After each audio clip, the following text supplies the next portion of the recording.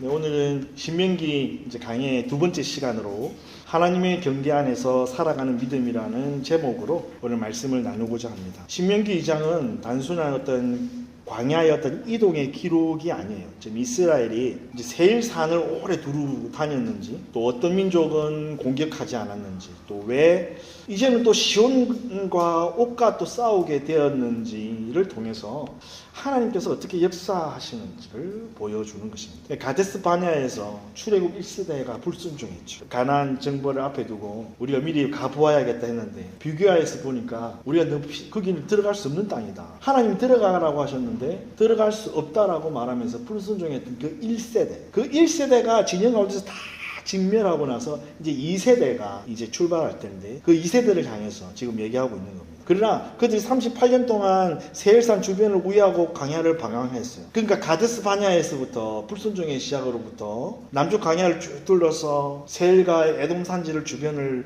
돌아다니는 거죠. 그래서 다시 북상하면서 이제 모압 광야까지 이르는 거예요. 그러니까 그 사해와 그러니까 요단강과 사해를 기점으로 해서 오른쪽 동편 이 모압 평야에 이제 이들이 모여 있는 거예요. 그들이 세일산을 두루 다녔다. 이 말은 그냥 단순한 이동이 아니라 그 에돔 땅을 침범하지 않고 그 경계 주변을 오래 맴돌았다는 뜻이거든요. 왜냐 하면은 하나님께서 이 세일산 주변을 누구에게 주셨어요? 에서의 자손에게 기업으로 주셨기 때문에 하나님은 그 길을 너희가 침범하지 말라. 너희가 물도 돈 주고 사 먹고 양식도 돈 주고 사 먹으라 그래요.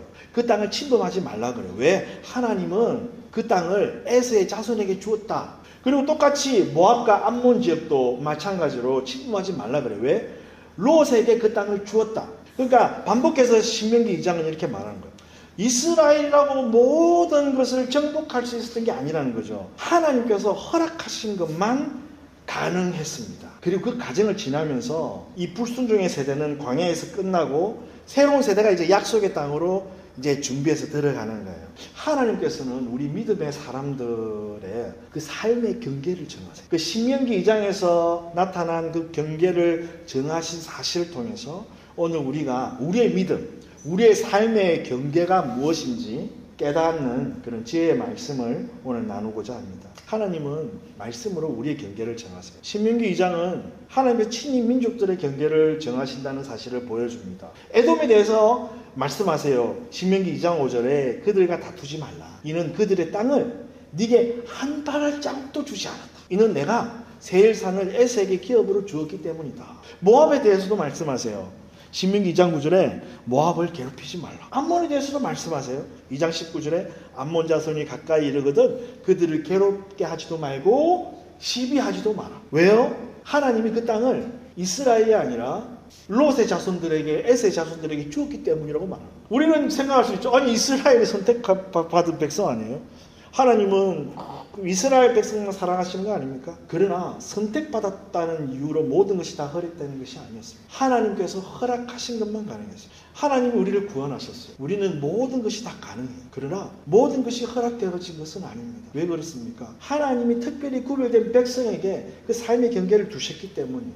그것을 침범하고 넘어가는 순간 우리에겐 무엇이 존재합니까? 하나님의 징계가 존재합니다. 우리는 생각하죠. 내가 선택받았으니까 잘 될 거야. 나는 믿음이 있으니 무엇이든지 가능해. 원하기만 하면 하나님이 다 허락하실 거예요.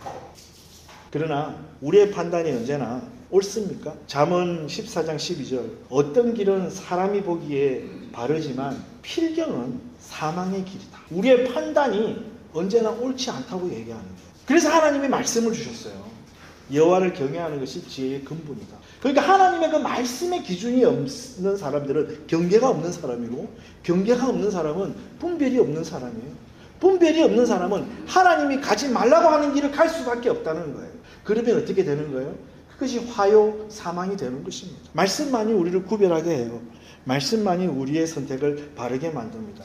삶의 모든 판단 속에서 우리는 하나님의 말씀 없이 제대로 된 방향을 붙들 수 없는 거예요. 그러니까 하나님께서 경계를 지어 놓으셨다는 얘기는 넘어가지 말라는 얘기예요. 그 경계가 모호한 순간 우리는 어떻게 되는 거예요? 세상이 집어삼켜버리는 존재가 되는 겁니다. 하나님과 상관없는 존재가 되어버리는 거예요. 이스라엘은 에돔을 공격할 수 있었어요. 그런데 왜 안 했어요? 하나님께서 하나님의 그 경계에 끊어놓으신 것을 신뢰하였기 때문에 믿음은 그래서 하나님이 그어놓으신 그 경계를 신뢰하는 거예요. 하나님이 허락하시지 않은 것에 대해서 아니라고 말하고 아멘이라고 하는 겁니다. 하나님께서 이미 그 땅을 다른 민족에게 주셨어요. 반대로 시온과 옥의 전쟁은 하나님이 시작하셨어요. 이제 신명기 우리 2장 24절에 이제 일어난 아르논 골짜기를 건너라. 보라, 내가 헤스본 왕 시온을 내 손에 넘겼다. 이스라엘은 이 강야 2세대가 되어서야 중요한 것을 배우게 되는데, 그것은 뭐냐면 모든 것이 가능하다고 해서 다 모든 것이 허락되지 않았다는 사실을 알았고, 그리고 믿음이라는 것은 내가 원하는 것을 밀어붙이는 힘이 아니라 하나님께서 경계를 정하신 것을 신뢰하는 것이다. 이거를 2세대는 배웠어요. 잠언 16절 9절에 우리가 잘 아는 말씀 있지 않습니까? 사람의 마음으로 자기의 길을 계획할지라도 그의 걸음을 인도하시는 이는 여호와시다. 우리는 우리 삶에서 늘 불안하죠. 다 내가 해결해야 될 것 같고, 내가 통제해야 될 것 같고, 내가 결과를 만들어내야 될 것 같습니다. 그러나 하나님은 우리에게 그 경계를 알려주세요. 우리 삶에 지금 현재 우리 믿는 믿음의 사람들에게 그 경계는 무엇일까요? 그것은 우리가 해야 할 일이 있고 하나님께 맡겨야 할 일이 있다는 거예요. 우리가 해야 할 일과 하나님과 맡겨야 할 것이 구분되어지는 거예요. 여기에서 우리의 믿음이 시작되는 거예요. 그런데 분별이 없으면 내가 해야 될 일을 하나님께 맡기고 하나님께 맡겨야 될 일을 내가 하는 어리석음을 범할 수가 있어요. 하나님의 말씀이 우리를 지혜롭게 하고 우리의 마음을 단단하게 합니다.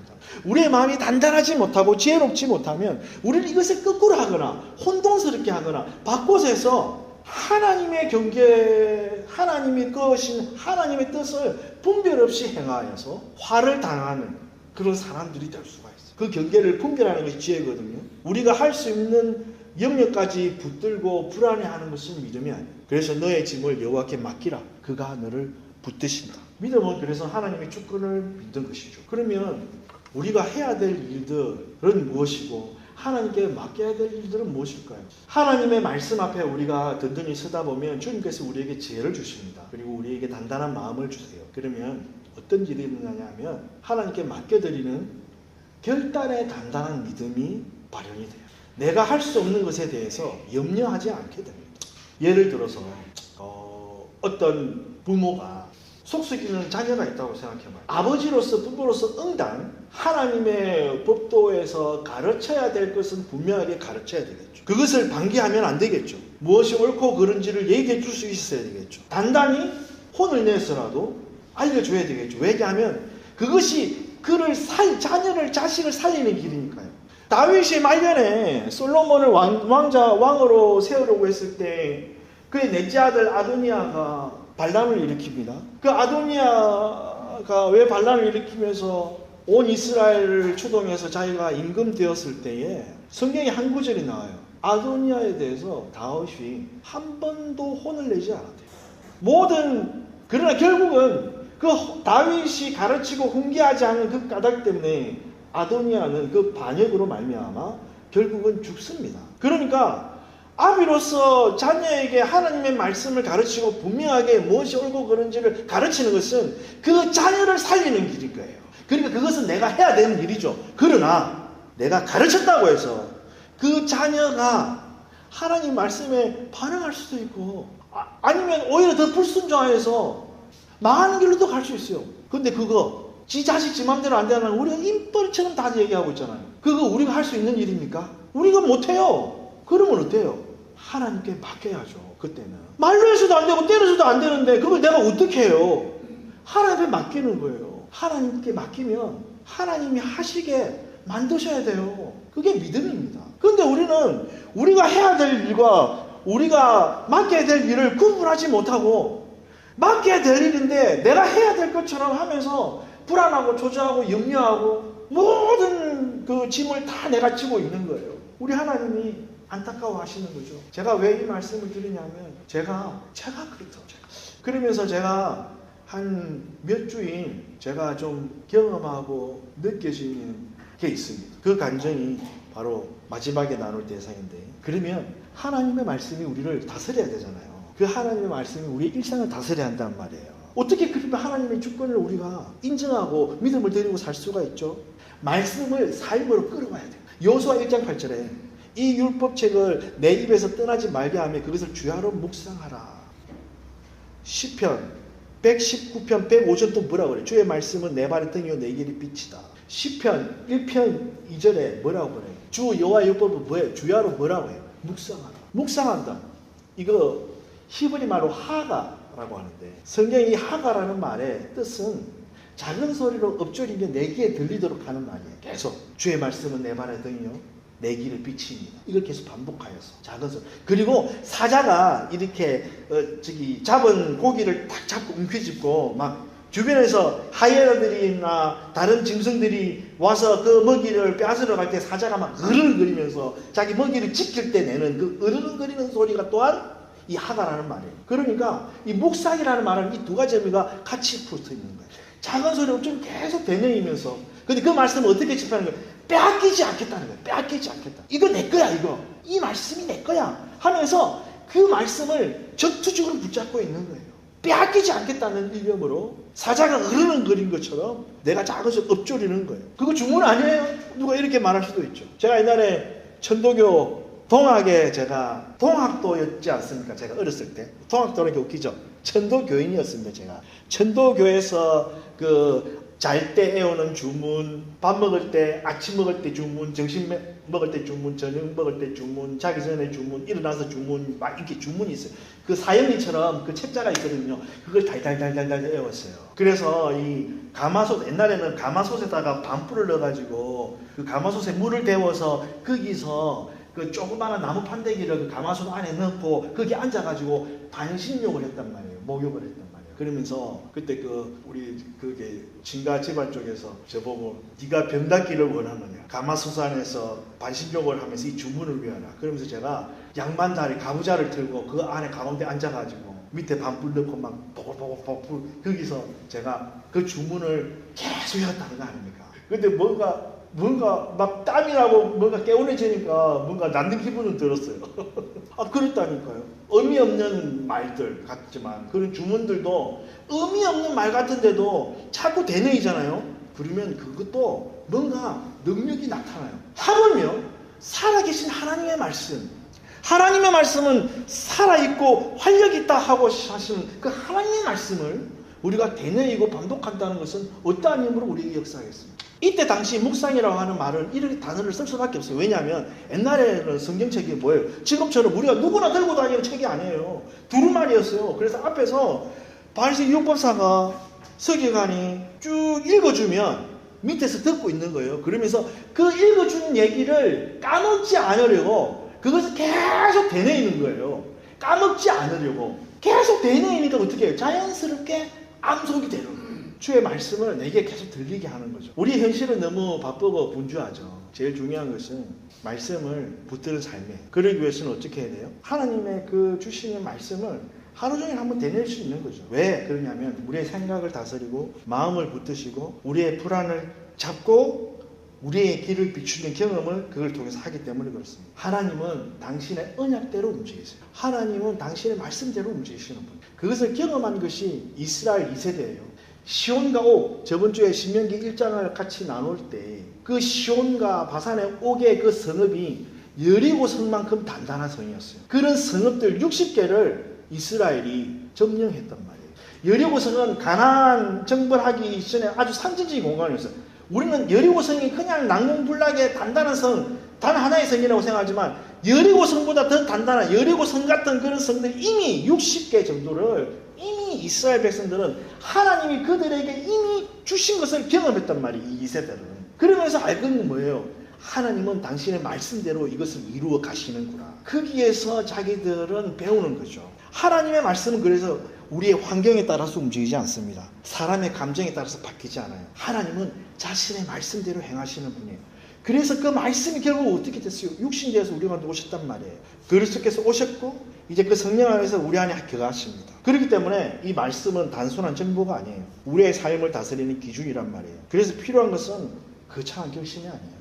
말씀을 읽는 것이고 말씀을 읊조리는 것이고 말씀을 계속 반복하는 것이고 그 말씀 우리 가운데 투는 겁니다. 이 작은 순종 속에서 하나님은 우리의 삶을 다스려 가시는 거예요. 우리가 하나님의 그 경계 안에서 참된 지혜를 배울 수 있는 것입니다. 제가 마지막에 이 말씀으로 좀 저 나름대로 간증을 드리고자 하면, 저는 어렸을 때부터 아주 뱃속 깊은 열등감이 있는 사람이에요. 근데 예수님을 만나서 다행히 저는 그것이 극복되었다고 생각했어요. 그런데 그것이 극복되었다라고 생각했지만 언제든지 어떤 지점, 어떤 연약한 상황이 오면 그것이 스물스물 올라와가지고 그것이 어떤 식으로 저를 작동시키냐 하면 우울감으로 작동시켜요. 무력감으로 작동시키는. 그러면 제가 몸을 조금 움직이고 나면 뭔가 약간 하지만 그게 해결책이 안 되더라고요. 그래서 저는 어떤 책을 듣든 뭘 하든 깊은 염세주의 같은 그런 데 매력을 느껴요. 그럼 거기를 탐닉하면 탐닉할수록 더 깊은 나락으로 떨어지는 거죠. 그런데 이것이 하나님 앞에서 결코 선하지 않음을 아는데도 불구하고 그것이 롤러코스터처럼 계속 반복되는 거예요. 그 주기가. 그러면 사람이 아주 저점에 이르게 되면 어떤 일이 일어나냐 하면 깊은 무력감과 더불어서 모든 것으로부터 자기를 차단시키는 결과에 이르게 됩니다. 한마디로 마음의 활력이라는 것이 이만큼도 없어요. 마치 사지가 마비되는 마비 증상이 마음에 온 것처럼 그렇게 느껴지는 거죠. 그러다가 맨날 하는 말이 부정적이고 말이 그래요. 그럼 옆에 있는 사람은 힘들죠. 깝깝하죠. 제가 이건 아니지 않나? 그래서 제가 하나님께 하나님 이거 어떻게 해야 돼요? 제가 이렇게 살 수는 없지 않습니까? 그리고 제가 교회 사역을 생각해도 너무 제 스스로 힘이 없고 내가 함께 같이 이렇게 신앙생활 하기에는 제가 오히려 짐이고 이게 아닌 것 같은데 하나님 어떻게 해야 돼요? 그걸 어떻게든 해야 될까요? 그래서 기도했죠. 하나님 어떻게 해야 돼요? 너 어떻게 해야 됩니까? 그 하나님께서 말씀을 읽어라. 에? 하나님 그 말씀 읽는다고 뭐 달라져요? 말씀 읽는다고 달라지냐고요? 말씀 읽잖아요. 설교하려면 말씀 읽어야 되잖아요. 어쩔 수 없이 읽는데 그거면 된 거 아니에요? 아니 말씀 읽어라. 에? 말씀 읽으라고요? 참 재미없는데. 그러나 어쩔 수 없이 저는 월요일 화요일 날 저녁에 말씀 등독하고 그러잖아요. 그리고 여러분하고 계속 말씀 읽으시라고 제가 계속 부추기고. 근데 거기에는 제가 살고자 하는 어떤 그 생존 전략이기도 한 거였어요. 여러분한테 계속 말씀 읽으라고 하는 것은. 읽다가도 안 되니까 쓰라고도 하잖아요, 제가. 우리 쓰기라도 합시다, 그러면서. 왜 그럴까요? 그래서 그냥 했어요. 말씀을 그냥 읽었어요. 말씀을 읽다 보니까 결심이 서는 거예요. 무슨 결심이 서냐면은, 이게 내가 말씀을 일단은 많이 한번 읽으려면은 결심을 해야 되겠다. 그래서, 하루에 성경 그러니까 적어도 한 권씩. 그러니까 요즘은 제가 챗GPT에 물어보잖아요. 야, 성경이 66권이야. 이걸 한 달 내가 한 권씩 읽고 싶어. 묶어줘. 분량으로. 하루에 이렇게 성경을 몇 권씩 읽는지. 그러면 신약 성경에는 짧은 장도 있으니까 여러 권을 묶어서 나올 거 아니에요. 그러면 30일 계획을 한번 짜봐. 그럼 딱 짜주더라고. 그럼 신약만 짜줘봐봐. 신약도 짜줘. 그러면 그 계획에 맞춰서 제가 하루에 오늘은 우리는 지금 사무엘 우리 상하 이제 상 지금 통도하고 있는데 거기부터 이제 시작하는 거예요. 그래서 사무엘상, 사무엘하 이러면서 계속 이제 통독을 하고 있어요. 하루에 한 권씩. 신약 성경도 마찬가지고 틈틈이 10편까지 넣으면 한 달을 못 채우고 그래 10편을 뺐어. 너무 길어갖고 이사회도 너무 길어갖고 일단 빼고 그러면은 한 달 구약 한 권, 신약 한 권 딱 될 수 있는 거예요. 그러면서 저에게 이상한 게 일어났어요. 전혀 별거 아닌 것 같은 다윗의 이야기, 사울의 이야기, 솔로몬의 이야기 이것을 뿐이잖아요. 그 이야기잖아요. 근데 그 안에서 제 마음에 변화가 일어나기 시작합니다. 마음이 단단해지기 시작하는 것을 느꼈어요. 제가 옛날에는 조그마한 스트레스만 와도 그것을 감당을 못하는 거예요, 제가. 그래서 제가 나는 왜 이렇게 약할까? 연약할까? 그러면서 그냥 꼬꾸라지는 저 자신을 보면서 또 더 좌절하고. 근데 마음의 단단함이 왜 생기냐? 어떻게 생기냐면은 기도해라. 기도할 마음까지도 못 가는 우리의 연약함들을 기도하는 단계까지 가는 거예요. 기도하잖아요. 그럼 하나님 더 붙으시는 걸 경험해요. 뭐야 이거 주문이야? 야 이거 마법 같아 이거. 하나님의 말씀이 우리의 영혼을 단단하게 하는 것을 느끼는 거예요. 그러면서 하나님께서 한 가지 깨닫게 하셨어요. 하나님의 말씀을 왜 읽습니까? 하나님을 믿으려고요. 내가 하나님의 말씀을 좀 더 분석하고 좀 더 알아서 설교에 써먹으려고 이 말씀을 알라고 그랬구나. 공부하려고 그랬구나. 그게 아니라 하나님을 믿으려고 그 말씀을 읽으라. 그 관점을 가지고 하나님의 말씀을 읽는 거예요. 그랬더니 제 마음이 단단해지고 소망이 일어나고 완벽한 무기력함 속에서 하나님이 일으켜 세우는 것들을 조금 경험해, 조금. 그렇다면 이것이 우리의 삶을 온전히 이끌어 간다면 달라지겠구나. 그러면 우리 교회가 해야 될 일은 이거겠구나. 왜요? 제가 그걸 경험하니까요. 여러분, 저처럼 여러분 다 생업이 바쁘시잖아요. 물론 저만큼 또 시간이 있으신 분도 계시겠죠. 저도 일하고 있지만 상대적으로 온전한 생업이 있는 분들보다는 제가 좀 덜 시간이 많죠. 사역이 또 많으신 분도 있죠. 성경 말씀 읽기가 그렇게 쉽지가 않습니다. 1년에 1독하기 쉽지 않아요. 압니다. 그러면 어떻게 해야 될까요, 여러분? 1독이라도 어렵다면 하나님 주신 말씀을 계속 한번 되뇌어 보십시오. 되뇌기라도 해보십시오. 주보에 항상 그 주에 암송 구절을 항상 떼요. 금주의 암송 성경. 그러면 이거를 계속 반복하는 거예요. 마치 누가 욕하는 것처럼. 그 주문 아닙니까? 그 정도로 한번 해보시라고요. 그 말씀이 우리를 어떻게 바꾸어 가는지, 우리가 이 간증으로 우리 교회가 살아야 되지 않겠습니까? 저는 마땅히 우리가 해야 될 일이 이것이라고 생각합니다. 하나님의 말씀이 없으면 우리는 그 하나님이 만드신 그 경계가 무엇인지 몰라요. 그러면 결국은 그 경계를 넘어서는 인간이 될 수밖에 없습니다. 그러면 어떻게 됩니까? 화와 사망이 우리 가운데 생길 수밖에 없는 거예요. 성령이 맺게 하시는 열매를 우리가 누리고자 한다면 하나님의 말씀이 우리를 다스리도록 해야 돼요. 다른 전략, 다른 뭐가 없어요. 하나님의 말씀은 우리 일상 가운데 끌어오는 것밖에 없어요. 오늘 여러분들이 그 결단을 하시기를 바랍니다.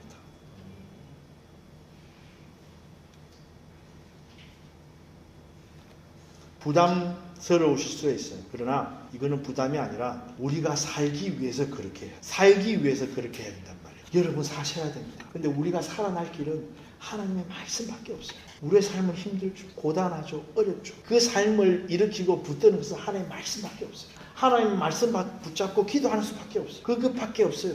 다른 길이 있다고 말한다면 그것은 이단이고 사단이고 그것은 신앙이 아닌 거예요.